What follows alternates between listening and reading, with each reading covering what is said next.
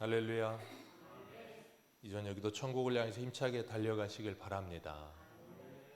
오늘은 우리가 사무엘상 44번째 시간으로 집착하지 않으면 자유할 수 있다라는 제목으로 같이 말씀을 나누도록 하겠습니다. 집착하지 않으면 자유할 수 있다.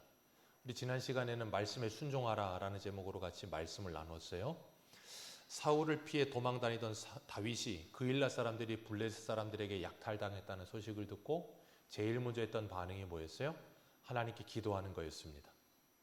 하나님께 기도하면서 그들을 도와줄까요 말까요? 라고 묻습니다. 이 말이 안 되는 소리였어요. 왜냐하면 블레셋은 사울보다 강했거든요. 사울 피해서 도망다니는 사람이 그일라 사람들 어려움 당했다고, 그 사람들 도와준다고 사울보다 강한 블레셋을 칠까요 말까요? 기도한다는 것 자체가 상식적이지가 않은 거예요. 상식적이라면 어떻게 해야 돼요? 그냥 도망쳐야 됩니다. 아니 지금 내 코가 석자인데 누구 도와줄 겨를이 어디 있습니까? 그런데 다윗은 자기 상식대로 생각하지 않고 하나님께 뭐부터 해요? 기도부터 합니다. 우리가 신앙생활하면서 가장 중요한 것이 기도인 줄 믿으시길 바랍니다. 우리의 상식보다, 우리의 경험보다, 우리의 어떤 선택보다 기도가 없어지길 축복합니다. 기도하지 않으면 우리는 상식적으로 살 수밖에 없어요. 성도는 상식적이어야 합니다. 그리고 이성적이어야 합니다. 오늘날은 너무 비상식적인 일들이 너무 많이 일어나다 보니 상식적으로만 살아도 괜찮은 신앙인처럼 보여요. 그런데 신앙생활은 상식이 통하긴 하지만 모든 것이 상식적이진 않아요. 때로는 비상식적일 때가 있어요. 하나님께서 그일라 사람들을 도우러 블레셋 사람을 치라고 하는 말도 안 되는 말씀을 하시더라는 거예요. 근데 다윗은 그 하나님의 말씀에 뭐합니까? 순종합니다. 하나님께서 400명을 데리고 블레셋 사람들을 치게 하시고 그일라를 구원하게 하심을 통해서 다윗과 그와 함께한 400명에게 뭘 가르치세요? 사람의 숫자에 전쟁이 달려있지 않다는 것을 가르치시고 전쟁은 하나님께 달려있다는 것을 확실하게 알려주시는 거예요.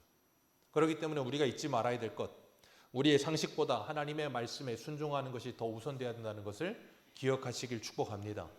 그리고 다윗이 그일라 성에 들어가서 살고 있었어요. 그랬더니 그일라 사람들이 또 그걸 사울에게 일로 바칩니다.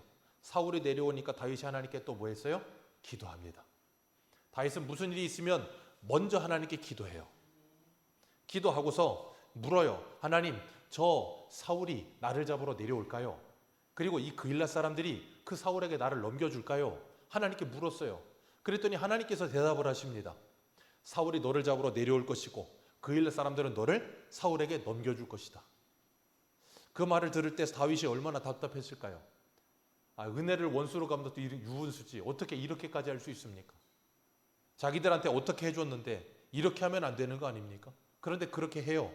근데 하나님께서 다윗에게 뭐라 그러시냐면 그일라 성에서 나와라 라고 말씀하셨어요. 이것도 상식적이지가 않아요. 상식대로라면 밖에 나가 있으면 안 되고 성 안에 있어야 돼요. 성 안에서 보호를 받아야 됩니다. 근데 하나님은 성 밖으로 나가라 라고 말씀하셨어요. 그리고 다윗은 그 말씀에 두말하지 않고 뭐예요? 순종합니다. 블레셋을 치라 할 때도 상식적이지 않았고 성에서 나가라 그럴 때도 상식적이지 않았어요. 그런데도 자신의 생각보다 하나님의 생각이 더 옳은 줄 알고 하나님의 말씀에 그냥 순종합니다. 그리고 하나님은 다윗과 그와 함께한 600명에게 가르치시는 거예요. 그일라 성보다 하나님이 더 안전하다는 걸 가르쳐 주시는 겁니다. 그런 것처럼 하나님은 우리에게도 하나님의 말씀을 이렇게 가르치신다는 것을 기억하시길 바라요. 하나님은 그 말씀에 순종하며 살아가는 사람을 통해서 그 사람이 그 순종하는 삶을 통해 하나님을 만나게 하시고 하나님의 말씀을 경험하게 하신다는 것을 기억하시길 바라요. 그렇기 때문에 우리 신앙은 교회 안에서 자라지 않아요. 교회 밖에서 자랍니다. 여기서 배운 말씀을 경험하고 실천해야 될 삶의 터전에서 우리 신앙이 자라는 거예요.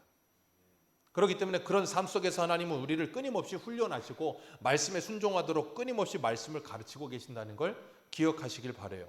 그래서 그 말씀이 실제가 되어 경험하게 될 때 우리 믿음은 살아있는 믿음이 될 줄로 믿습니다. 오늘 다윗이 사울이 자기 생명을 빼앗으려는 걸 알고 10광야에 숨었다 그랬어요. 그리고 사울이 자기를 매일 찾았으나 하나님께서 그의 손에 넘기지 않으시고 사울이 다윗을 찾지 못하게 하셨어요. 근데 참 재밌는 건 16절을 보면 사울의 아들 요나단은 다윗이 어딘지 대번에 알고 다윗에게 바로 찾아갑니다. 아니 다윗 사울은 매일 찾아도 찾을 수 없는데 요나단은 그냥 누가 알려준 것도 아니고 당시 핸드폰이 있는 것도 아니고 나 어디 있다고 연락한 것도 아니에요. 근데 그냥 수풀에서 다윗이 어딘지를 알고 그냥 바로 가요. 참 재밌어요. 그리고 그렇게 하나님께서 다윗이 광야에 있는데 요나단을 보내셔서 다윗을 위로하십니다. 하나님은 하나님의 사람들을 언제나 광야에서 훈련하신다는 거 기억하시길 바라요. 이스라엘 백성들을 애굽에서 데리고 나오셔서 바로 가나안 땅 들여보내지 않으시고 광야에서 40년 동안, 그래서 그걸 스데반은 사도행전 7장에 뭐라 그랬어요? 광야 교회, 그렇게 말씀하셨어요.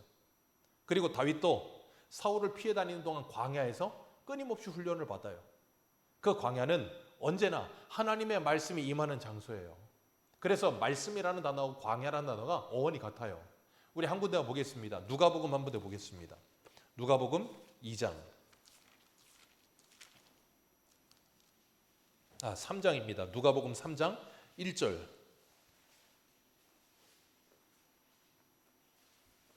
누가복음 3장 1절입니다.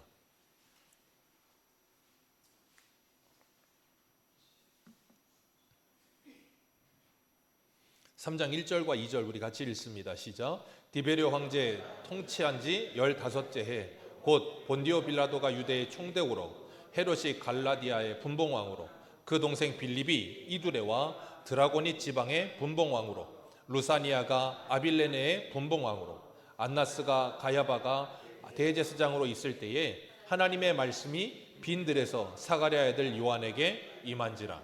아멘. 빈들이 광야를 말하는 거예요. 광야에 있던 사가랴 아들 요한에게 무엇이 임해요? 하나님의 말씀이 임합니다.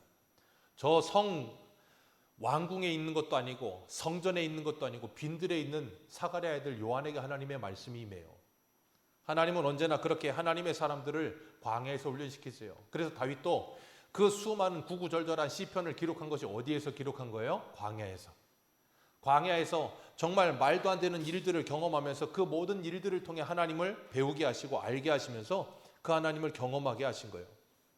그래서 사울을 피해 도망다니는 이 다윗에게 하나님께서 요나단을 보내시고 요나단이 그 다윗을 만났을 때 제일 먼저 한 말이 뭡니까? 사울의 아들, 17절에 요나단이 그에게 이르되 두려워하지 말라. 다윗도 두려워요. 우리가 잊지 말아야 될 것, 성경에 나오는 우리 믿음의 선진들은 야고보서의 기록처럼 우리와 성정이 같은 사람들이, 엘리야는 우리와 성정이 같은 사람이라 그런 것처럼 다윗도 우리와 똑같은 사람이에요. 특별한 존재가 아니라고요. 바울도 우리와 똑같은 존재고 우리랑 전혀 다르지 않아요. 그러니 나를 죽이겠다고, 장인이지만 나를 죽이겠다고 계속해서 쫓아다니는 그 사울을 피해 도나다니는 거, 아니 그거 하루 이틀도 힘든데 1년, 2년, 몇 년이 지나도록 그렇게 도망다닐 때 그 사람이 얼마나 힘들겠어요. 정신적으로 얼마나 피폐해질 수 있겠습니까?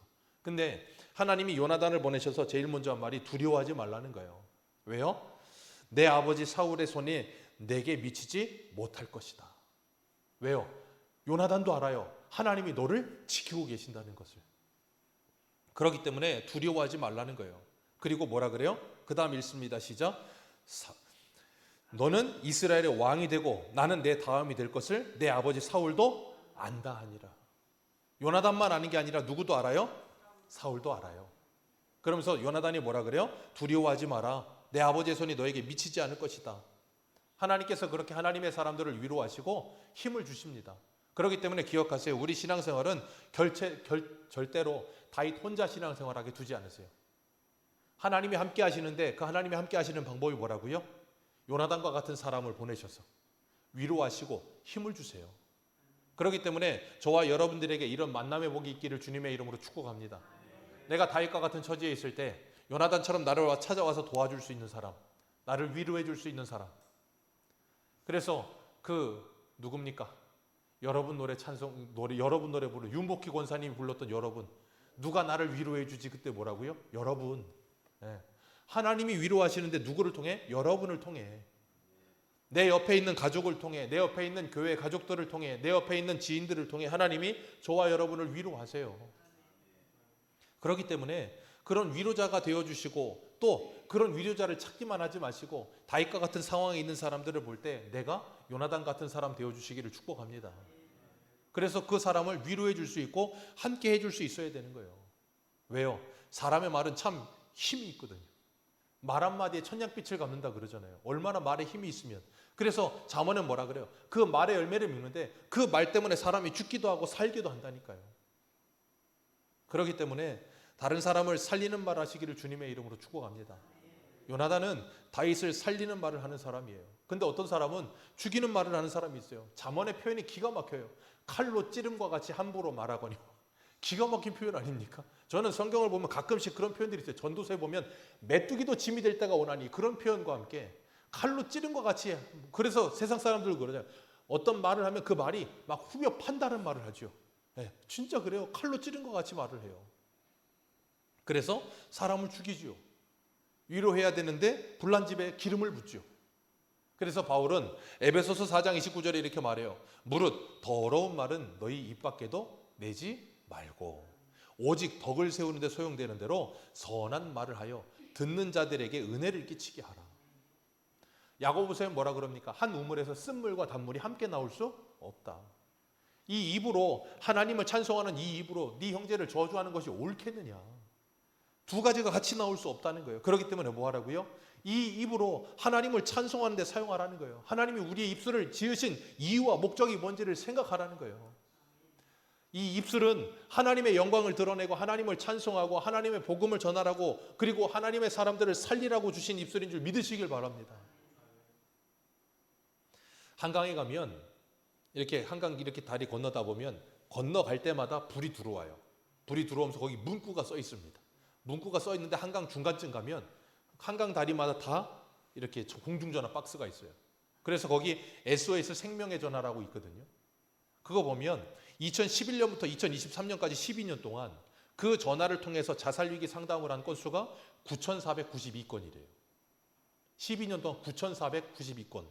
그러면서 투신 직전의 사람을 그 전화로 인해서 구조한 건수가 2,103건이에요. 그냥 죽고 싶어서 한강다리에 올라가는데 그게 보여서 전화 한 통화 있는데 그 전화 때문에 생명을 살린 거예요. 말 한마디 때문에 사람을 살린다니까요. 그렇기 때문에 우리는 기억해야 합니다. 나는 사람을 살리는 사람인가?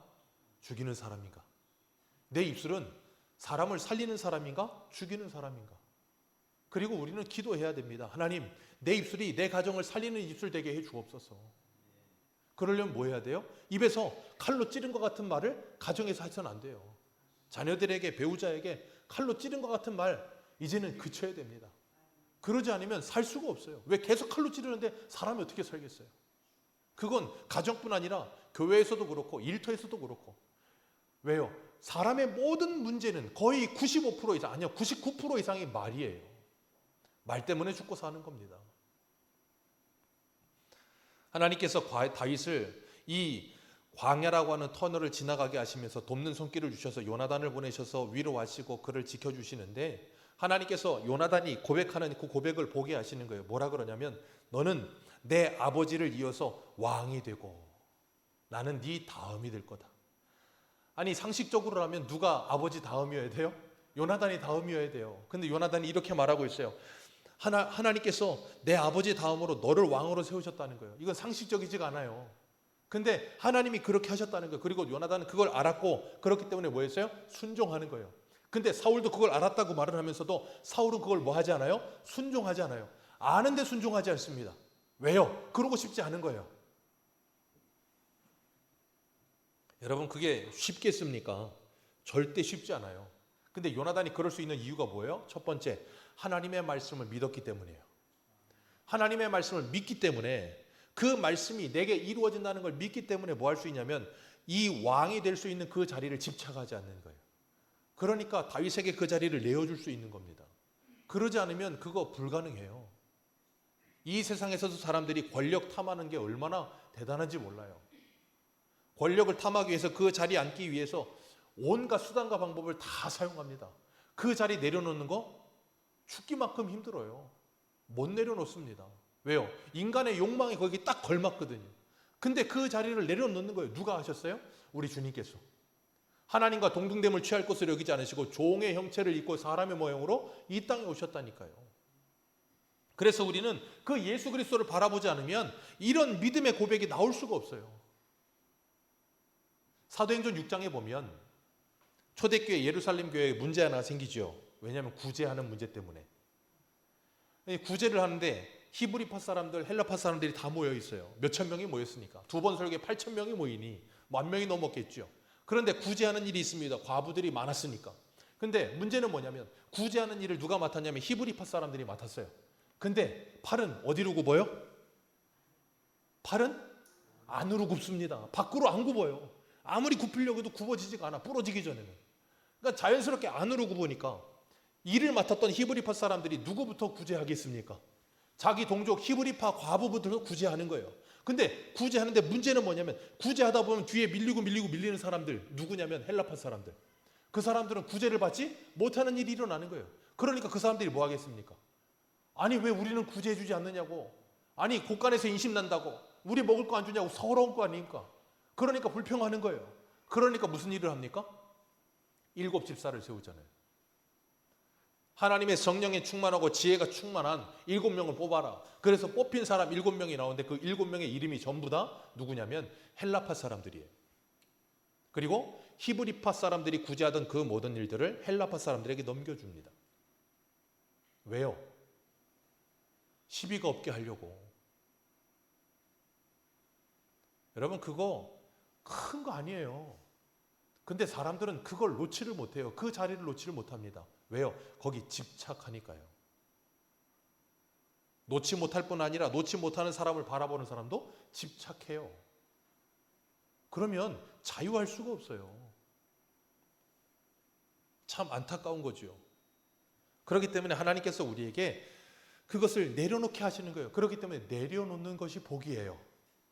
내려놓는 것이 복이에요. 우리 사사기 할 때 사사기 17장인가요? 거기 보면 18장인가 거기 보면 미가라고 하는 사람 집에 온갖 우상 숭배가 가득했었잖아요. 근데 거기 누가 찾아옵니까? 단지파 사람들이 찾아와가지고 아주 그냥 하나님의 백성들인 단지파 사람들이 거기서 뭐예요? 약탈을 일삼잖아요. 다 쓸어갑니다. 온갖 우상을 다 쓸어가고 모든 집안에 있는 걸 다 뺏어가요. 그랬더니 미가가 사람들 데리고 쫓아가요. 그랬더니 왜 쫓아왔냐고. 단지파 사람들은 정말로 뻔뻔해요. 자기들이 강도짓 해놓고 나서 주인이 쫓아왔는데 왜 쫓아왔냐고. 그러면서 아무 말도 하지 마. 너 소리 내면 죽여버릴 거야. 그리고 뭐라 돌아가래요. 그랬더니 미가가 하는 말이 쟤들이 나보다 강하니까 아무 말 못한다. 그러고 돌아가요. 바보도 아니고. 근데 그렇게 가요. 그러면서 제가 그 설교하면서 그랬어요. 아니 미가는 단지파에게 감사해야 되는 거예요. 왜? 자기가 못 버리는 우상을 단지파가 알아서 싸그리 청소를 해주잖아요. 아니 집에 있는 온갖 부적과 우상은 다 가져갔어. 그러면 그 감사해야 되는 거 아닙니까? 근데 그걸 못 놓으니까 뭐예요? 그게 힘든 거예요. 그러니까 하나님께서 그걸 놓게 하시는 거예요. 모세도 하나님께서 그를 데리고 이스라엘 백성들을 출애굽시켜서 광야에서 생활하게 하시고 가나안 땅 들어가게 하실 때 생각해보세요. 40년입니다. 40년을 사역했어요. 저거 한번 틀어주세요. 히터가 아니고 에어컨. 좀 더우신가 봐. 40년을 일하는데 생각해 보세요. 아니 눈앞에 하나님도 참 너무해요. 저는 그거 볼 때마다 참 신기한 게 모리아산 올라가서 저 가나안 땅 보게 하셨다니까. 아니 보기라도 하지 말게 하시든가. 그림의 떡처럼 저기 건너에 있는 가나안 땅 다 보이게 해놓으시고 나서 뭐라 그러냐면 너는 여기까지. 근데 모세는 거기에 아무 말 하지 않습니다. 하나님이 더 이상 이 일로 내게 기도하지 마라 그러셨어요. 근데 모세는 하나님 너무 야박하단 말도 하지 않아요. 그냥 하나님의 말씀에 순종해요.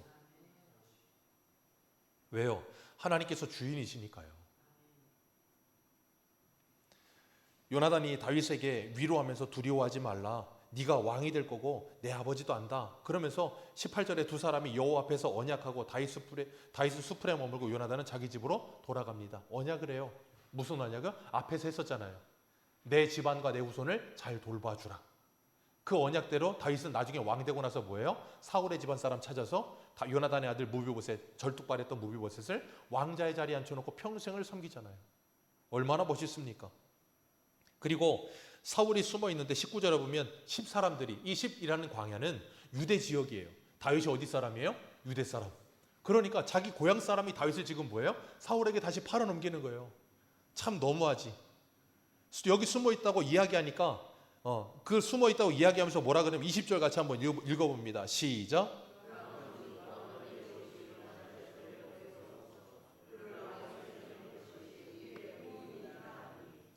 참 충성스럽죠? 너무 야박한 사람들.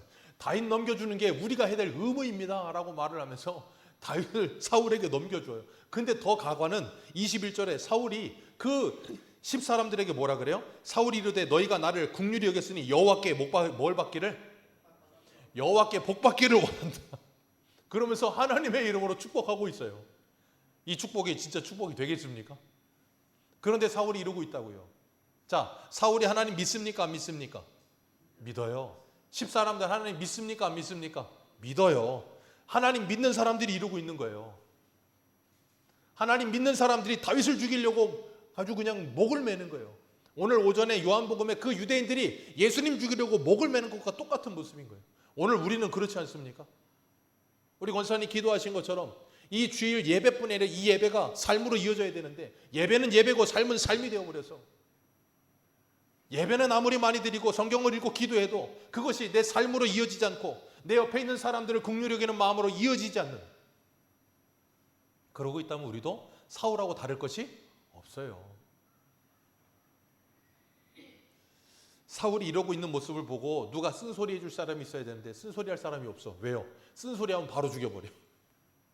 쓴소리 할 사람을 다 제거해버리니까 쓴소리 할 사람이 없는 거예요. 그와 반대로 다윗은 어떻습니까? 다윗이 무슨 일을 할 때마다 쓴소리 하는 사람들이 있어요. 하나님이 선지자를 보낼 때 그 선지자들이 다윗에게 정말 쓴소리 합니다. 나단 선지자는 어떡합니까? 그 죽일 놈이 바로 당신이라고 대놓고 욕은 아니지만 대놓고 책망합니다. 그런데 다윗은 그 쓴소리를 어떻게 받아들여요? 달게 받고 하나님께 회개하며 기도합니다. 여러분 기억하세요. 하나님이 내게 주시는 말씀을 정말 하나님의 말씀으로 듣고 그 쓴소리를 듣기 싫은 말이고 내게 책망하는 말이지만 그걸 내가 달게 받고 회개하는 사람은 살아나지만 그거 받지 않는 사람은 죽어요. 그렇기 때문에 우리가 하나님의 말씀을 듣는 것 참 중요합니다. 그리고 이런 쓴소리를 해줄 사람이 옆에 있는다는 것 복이에요. 이거 진짜 옆에 이런 쓴소리 할 사람이 있다는 게 복이에요. 근데 이게 정말로 써요. 저도 설교하면서 가끔씩 혼납니다. 저희 심사모한테도 혼나고 자꾸 저한테 혼을 내시는 분이 계세요. 설교할 때 제발 좀 어떻게 해라 저렇게 해라 혼나요. 그러면 기분이 좋을까요? 아니면 기분이 아주 그냥 그럴까요? 기분이 아주 더러워요. 그런데 그 쓴소리를 받아들이지 못하면 변화가 있을 수가 없어요.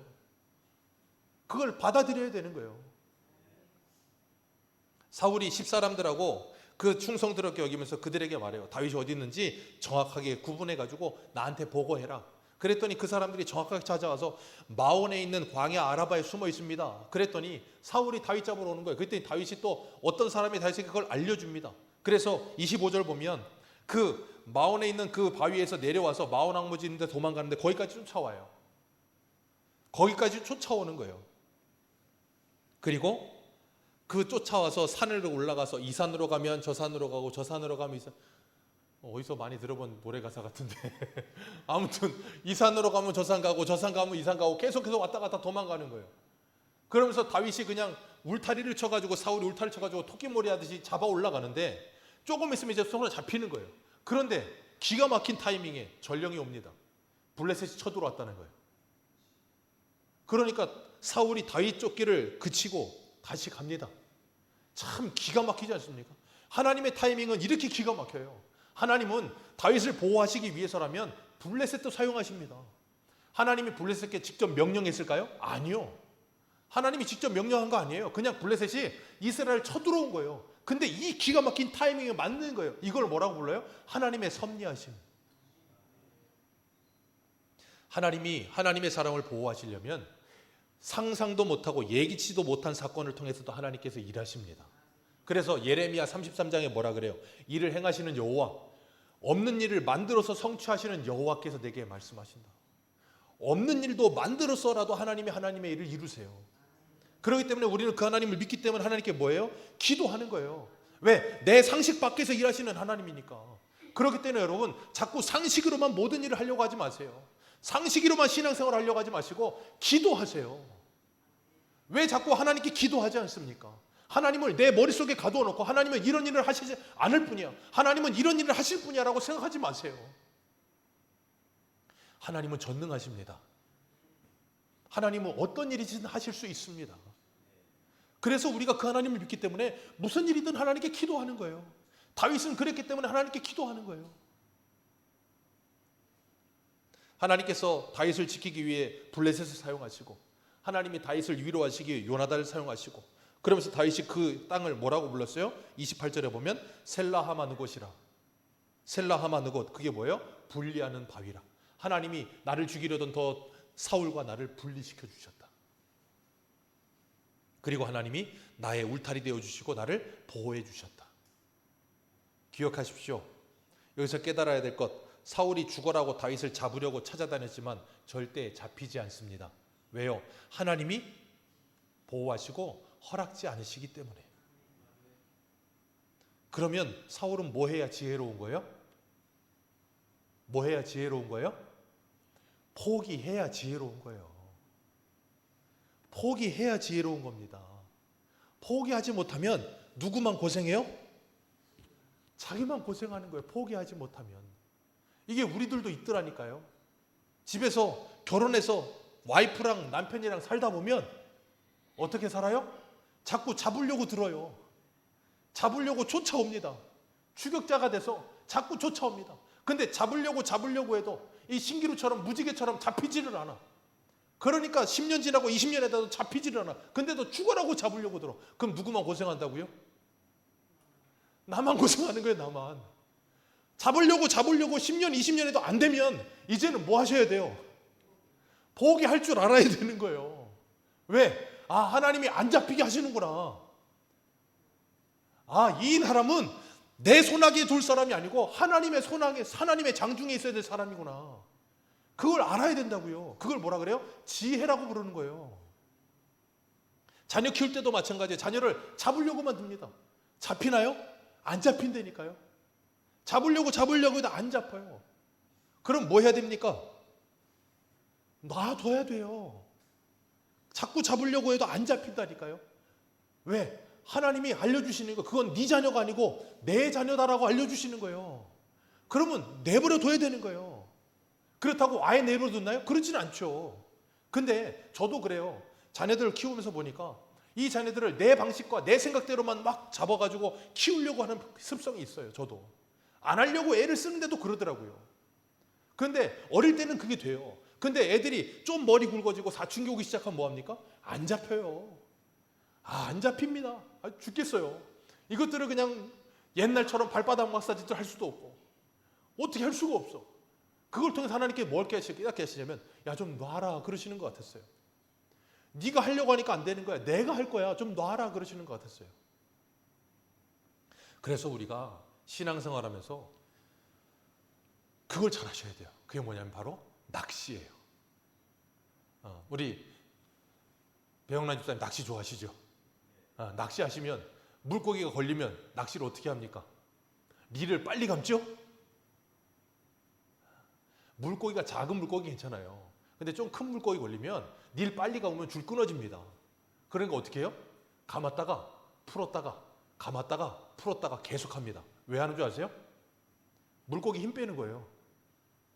그러니까 땡겼다가 놨다를 자꾸 해야 되는 거예요. 그걸 잘하는 사람이 뭐 하는 사람이에요? 낚시 잘하는 사람.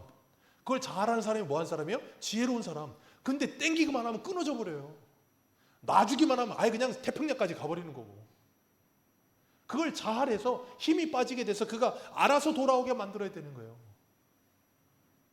그러려면 뭐 해야 돼요? 그러려면 기도해야 돼요. 왜? 이게 풀어준다는 게 쉽지가 않거든. 하나님의 손에 맡긴다는 게 정말로 죽을 만큼 힘들거든.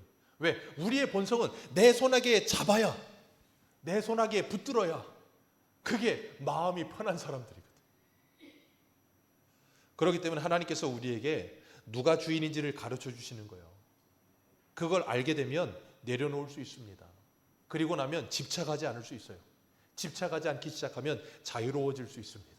그런데 그것에 집착하기 시작하면 자유롭질 않아. 사울은 그래서 평생 누구만 보인다 그랬어요? 다윗만 보여요. 누가 안 보여요? 하나님이 안 보여요. 왜? 거기 집착하니까. 그래서 하나님께서 뭐 하세요? 놓으라고 하시는 거예요. 왜? 우리 자유하게 하시려고. 기억하십시오. 하나님이 저와 여러분을 자유하게 하시려고 놓으라고 하시는 거예요. 죽으라고 놓으라고 하시는 거 아니에요. 우리를 자유하게 하시고 편안하게 하시려고 놓으라 하시는 거예요. 사울이 다윗만 집착하지 않고 놓았다면 사울은 회복됐을 거예요. 오늘 우리들에게 사울 입장에서 우리들에게 다윗은 누굽니까? 사람일 수도 있고요. 물건일 수도 있고요. 물질일 수도 있고요. 다른 무엇일 수도 있어요. 근데 거기 집착하기 시작하면 자유롭지를 못해. 거기 매이게 돼요. 주님이 보이질 않아. 주변 상황도 아무것도 보이질 않아. 그럼 회복이 안 돼요. 오늘 오전에 이 유대인들은 뭐에 집착했어요? 율법주의. 율법이 아니라 율법주의에 집착하다 보니까 누가 보이잖아요? 예수가 보이지 않고 하나님이 보이지 않는 거예요. 얼마나 불행합니까? 오늘 저와 여러분은 정말 예수가 보이십니까? 저와 여러분은 정말 하나님이 보이십니까? 그 주님의 마음이 보이십니까? 그렇다고 한다면 우리가 주님 앞에 우리의 인생을 좀 맡겨드릴 수 있어야 돼요. 주님 앞에 우리 인생을 좀 맡겨드릴 수 있어야 돼요. 그것이 잘 안 되면 주님이 뭐 하라 그러셨어요? 그것이 잘 안 되면 우리에게 힘을 빼라고 밥을 굶으라고 하신 거예요. 그게 금식이에요. 금식하면 힘듭니다. 배가 고파요. 만사가 귀찮아집니다. 그리고 내 주변의 모든 일들에 신경이 써지지가 않아요. 왜요? 배고프고 힘들어서. 그게 금식의 진리예요. 그러면 힘이 빠져요. 그럼 알아서 그걸 붙들 수가 없어. 그래서 주님께서 우리에게 주님을 붙들 수 있는 기회를 주시고 은혜를 베풀어 주시는 거예요.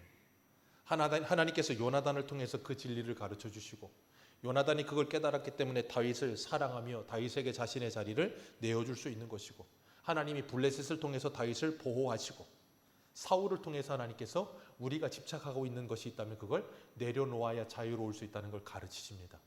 오늘도 우리가 주님께서 우리에게 주신 이 말씀을 기억하시면서 나는 무엇에 집착하며 살아왔는가 돌아보시고 그것을 내려놓으시고 주님께 맡겨드리고 주님과 동행하며 안식을 누리고 기쁨을 누리는 저와 여러분들 되시기를 주님의 이름으로 축복합니다.